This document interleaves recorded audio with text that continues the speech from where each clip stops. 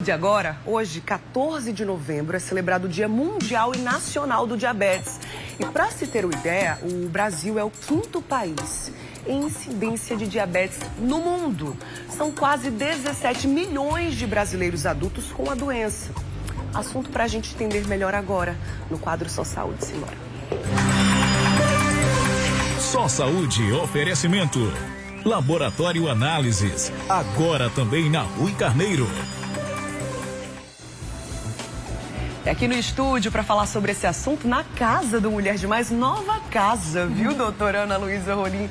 Recebo ela que é endocrinologista. Bom dia, seja bem-vinda. Bom dia, obrigada pelo convite. A gente que agradece a sua participação. Você pode e deve participar também, tá?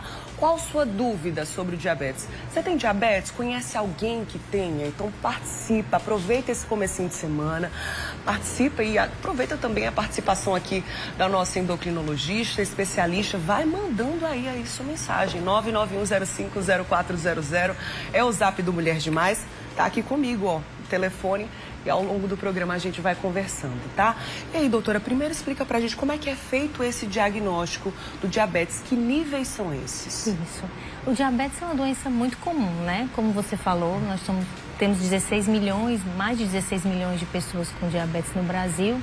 E esse diagnóstico é feito através de exame laboratorial. O que é importante frisar no diabetes é que é uma doença, em grande parte das vezes, completamente assintomática, tá? E aí, por isso que é importante você realmente buscar realmente o diagnóstico e fazer seus exames de rotina para ter esse diagnóstico. O que a gente fala é que, vamos primeiro entender o que é uma glicose normal, né? Os níveis de açúcar normais. O nível de açúcar normal no sangue é quando a glicose está abaixo de 100. Né? Certo. E a gente fala que é diabetes quando a glicose em jejum, né? Que você colhe no exame de sangue, mesmo lá no laboratório, fica acima de 125, 126 para cima. Isso pode ser feito através do exame de sangue, da glicose. Tem outros exames que a gente pode fazer também, com hemoglobina glicada e uma curva glicêmica também pode ser interessante. Perfeito. A gente está vendo aí, né, doutora, inclusive, uma imagem que mostra mais ou menos esses níveis que você adiantou pra gente. Isso. O nível considerado normal, já o sinal de alerta, que é ali o amarelinho junto com o laranja, e, de fato, quando o diagnóstico é para o diabetes. Essa doença, ela costuma aparecer assim do nada ou esse nível vai aumentando com o passar do tempo? Esse amarelinho que a gente colocou ali, a gente chama de pré-diabetes, tá?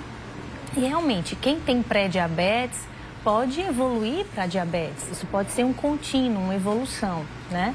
Por isso que é importante quando a pessoa, mesmo que não tenha níveis de diabetes, que tenha um pré-diabetes, façam algumas medidas de prevenção. Como, por exemplo, controle do peso, mudança de estilo de vida, fazer atividade física de forma regular. Então, tem várias coisas que a gente pode já começar a fazer, mesmo que para quem não tem diabetes, para prevenir. Sim, certamente. O Ricardo, do Jardim Oceania, mandou mensagem aqui para o Zap do MD. Obrigada pela sua participação, Ricardo. E ele trouxe uma pergunta bem pertinente. Uma criança com diabetes pode comer de tudo? E eu já vou ampliar a pergunta dele. Muitos jovens, né, doutora, sendo diagnosticados com diabetes. O que está acontecendo? Porque existem dois tipos principais de diabetes, né? A gente tem o diabetes tipo 1 e o diabetes tipo 2. O diabetes tipo 2 é bem mais comum em adultos e é o mais comum de todos, porque mais de 90% perdão, das pessoas com diabetes têm diabetes tipo 2. Certo.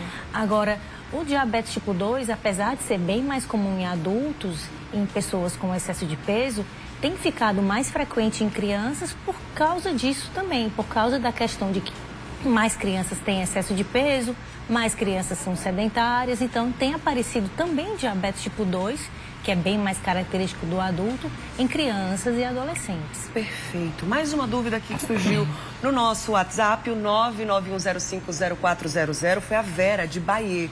Ela fala o seguinte, a mãe dela é diabética, e aí ela quer saber, eu corro o risco de ser diabética também? Sim. Pessoas que têm história familiar, genética, né, para diabetes, tem fator de risco para diabetes. Tem vários fatores de risco para diabetes. O principal, no caso do tipo 2, né, que a gente é o mais comum, é realmente o excesso de peso. mas a gente tem fatores genéticos associados, tabagismo, né, o ato de fumar como um fator de risco importante. Então, ela sim, pelo fato de ter familiar com diabetes, tem maior risco. Tá. Mas isso não é um destino, né? Não é uma... Né, até porque tem pessoas que não têm familiares com diabetes e têm diabetes. Mesmo assim desenvolvem, né? Especialmente pessoas com diabetes tipo 1, onde esse traço familiar é bem menor do que no diabetes tipo 2. Perfeito. Na minha casa também tem um caso parecido, assim. Meu pai é diabético, minha mãe é pré-diabética. Mas existe uma maneira, por exemplo, eu e minha irmã, né, de evitarmos que a diabetes apareça em nós mesmas, assim, alguma forma de prevenir que de fato ela aconteça, mesmo tendo essa predisposição genética? Sim, sim. A predisposição genética é uma coisa que a gente não consegue mudar, né? Então a gente tem que trabalhar em coisas que a gente consegue modificar, que é justamente não ganhar peso, ter uma rotina de exercícios direitinho, ter uma alimentação saudável. Então aí sim, vocês diminuem muito o risco de ter diabetes lá no futuro, vocês duas. Muito bem. A Rose de Bahia, obrigada pela sua participação, Rose. Raiô, bom dia. Ela fala o seguinte: fiz exames, a glicose deu 88. Já a glicada ou clicada deu 5,7. E a médica dela falou que está pré-diabética. E ela quer saber, só a alimentação pode mudar esse quadro? Já ampliando também a pergunta da Rose, que pode ser a dúvida de mais pessoas, né? Primeiro, o que é glicose clicada ou glicada? Explica pra gente, doutora. Isso. É um exame que também a gente usa para fazer tanto o diagnóstico de diabetes, quanto também para fazer o acompanhamento de pessoas com diabetes. É um exame que a gente consegue ver como se fosse uma retrospectiva do que está acontecendo com a glicose, numa média de mais ou menos 3 meses em retrospectiva. Então, no caso, a hemoglobina glicada também a gente classifica como normal, pré-diabetes, aquela faixa, né, do sinal amarelo, e diabetes. Então, a hemoglobina glicada abaixo de 5,7 é normal. E acima de 5,7 até 6,4%, que vem como uma porcentagem, é pré-diabetes.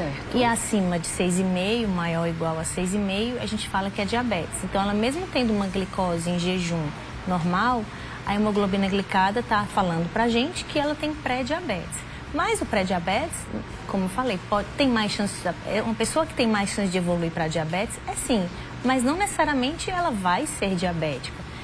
Tem medidas para se prevenir esse diabetes, mesmo nessa fase de pré-diabetes. Então, é justamente controlar a alimentação, controlar o peso. Em algumas situações menos comuns, a gente precisa entrar com medicação também. Então, tem como tratar e tem como cuidar. Muito bem, a gente vai falar sobre isso ainda aqui no quadro Sua Saúde, sobre a questão de fatores de risco, como controlar o diabetes, enfim, várias outras informações já no próximo bloco. Enquanto isso, você vai mandando aí mensagem pra gente, se você tem alguma dúvida sobre medicação, por exemplo, sobre tratamento, manda aí para o nosso zap, 991050400. Eu volto já, viu, doutora? Muitas perguntas aqui no nosso WhatsApp. Já a gente volta a conversar. Agora esse recado aí é pra